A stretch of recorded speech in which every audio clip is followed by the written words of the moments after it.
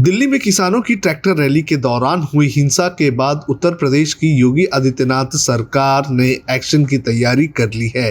राज्य सरकार ने जहां किसानों का धरना चल रहा है, वहां प्रदर्शन स्थलों को खाली करवाने के निर्देश डीएम को दे दिए हैं। सरकार का आग्रह है कि जहां जहां किसान धरने पर बैठे हुए हैं, वे खुद ही आज खाली कर दें। सरकार उन्हें घर जाने तक फ्री सर्विस भी देगी। बता दें कि इसके पहले गाजीपुर बॉर्डर पर बसें पहुंची। गाजीपुर में अभी लगभग 1200 किसान मौजूद है। यूपी में अभी दिल्ली यूपी बॉर्डर पर धरना चल रहा है। वहीं मथुरा और आगरा में चल रहा प्रदर्शन खत्म हो चुका है। बरेली, बागपत, नोएडा और बुलंदशहर में भी धरना खत्म हो चुका है। शुक्रवार से शुरू होने वाले बजट सत्र से पहले विपक्षी दलों ने राष्ट्रपति का अभिभाषण का बहिष्कार करने का ऐलान किया है।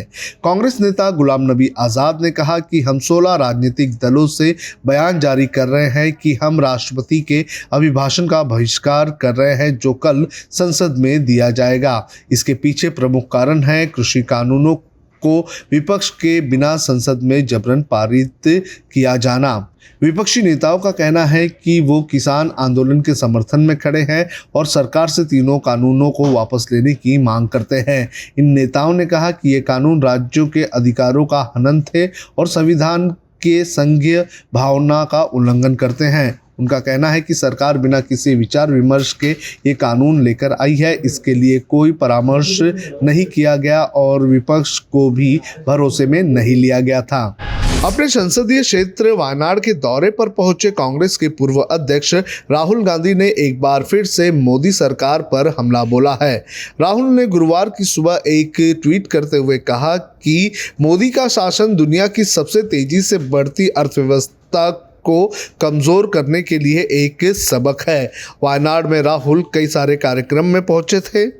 वायनाड से सांसद राहुल गांधी ने कहा कि आप आज देश की स्थिति को जानते हैं। हर किसी के लिए ये स्पष्ट है कि क्या चल रहा है। भारत 2-3 बड़े व्यापारियों के हित में पीएम मोदी द्वारा चलाया जा रहा है।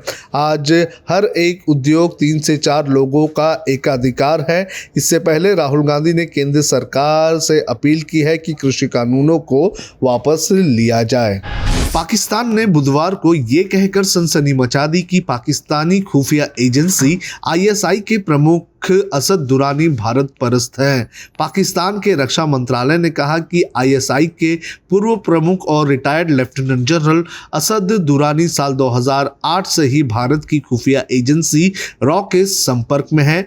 दरअसल दुरानी ने अपना नाम नो फ्लाई लिस्ट से हटवाने के लिए इस्लामाबाद हाई कोर्ट में याचिका दायर की थी। इस याचिका के जवाब में पाकिस्तान की सरकार ने कोर्ट के सामने ये सारी बातें रखी। योगी सरकार उत्तर प्रदेश के व्यापारियों को मुकदमे में बड़ी राहत देने जा रही है। राज्य सरकार कोविड-19 और लॉकडाउन तोड़ने को लेकर दर्ज किए गए मुकदमे व्यापारियों और अन्य लोगों से हटाने की तैयारी कर रही है। इस बारे में कानून मंत्रालय ने अधिकारियों को दिशा निर्देश जारी कर दिए हैं। कोविड-19 और लॉकडाउन तोड़ने के मामलों में पुलिस और कचहरी की दौड़ यूपी के लोगों को अब नहीं लगानी होगी। व्यापारियों पर दर्ज मुकदमों के साथ ही अन्य लोगों से भी कोविड और लॉकडाउन से जुड़े मामले हटाए जाएंगे।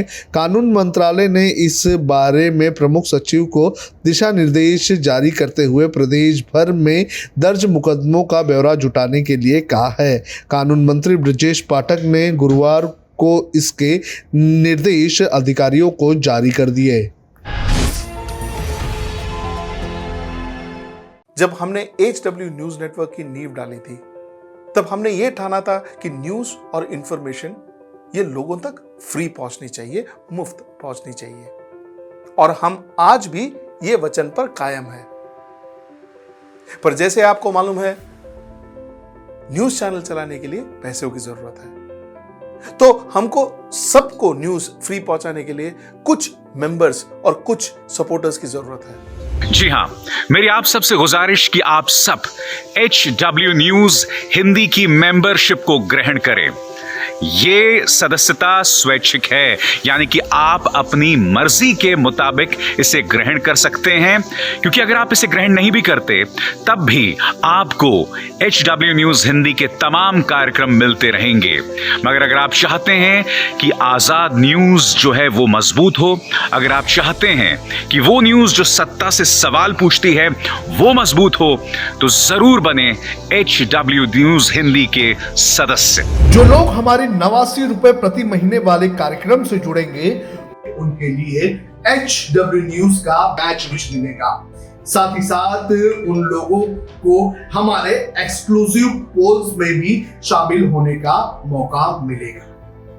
इसके अलावा हमारा जो दूसरा मेंबरशिप कार्यक्रम है वो 199 रुपीस प्रति महीने का है, यानी कि 199 रुपए प्रति महीने। और इस प्रोग्राम में हमारे जो मेंबर्स हैं उन्हें 99 रुपए के प्रोग्राम वाले सभी चीजें तो मिलेंगी। इसके अलावा बिजनेस से जुड़ी हुई बातें भी हम करेंगे। हमारे एक्सपर्ट अखिलेश भार्गव से आप बिजनेस से जुड़े हुए अपने सवाल भी पूछ सकते हैं। हम उम्मीद करेंगे कि आप इस निष्पक्ष पत्रकारिता की राह में हमें पूरी तरह से योगदान देंगे।